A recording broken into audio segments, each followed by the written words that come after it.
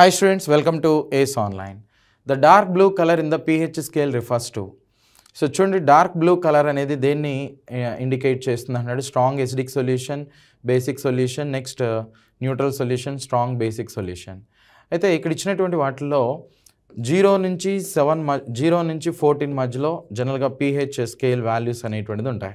7 to 0 వైపు వెళ్తే acids అని చెప్తాం, 7 to 14 వైపు వెళ్తే బేసిస్ అని చెప్తాం. 0కి దగ్గరగా ఉన్నవి స్ట్రాంగ్ యాసిడ్స్గా ఉంటాయి, అంటే బిలో 3 అనేవి. నెక్స్ట్ 12 నుంచి 14 ఆ మధ్యలో ఉంటే జనరల్గా స్ట్రాంగ్ బేసిస్ లాగా కన్సిడర్ చేస్తారు. అయితే స్ట్రాంగ్ బేసిస్కి ఎప్పుడు కూడా ఎలాంటి కలర్ ఉంటుందంటే డార్క్ బ్లూ కలర్ అనేది ఉంటుంది. నెక్స్ట్ వైలెట్ అని, పర్పుల్ అని ఇలా ఉంటాయి. అదే స్ట్రాంగ్ యాసిడ్స్ అనేది తీసుకున్నట్లయితే రెడ్ అని, పింక్ అని, నెక్స్ట్ ఆరెంజ్ అని ఇలా కలర్స్ అనేటువంటిది ఎగ్జిబిట్ చేస్తాయి.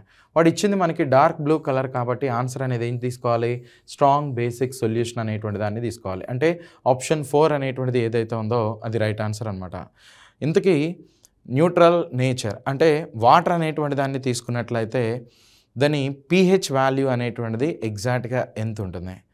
రైట్, మీకు గనక ఆన్సర్ తెలిసినట్లయితే కింద కామెంట్ చేయండి. Thank you.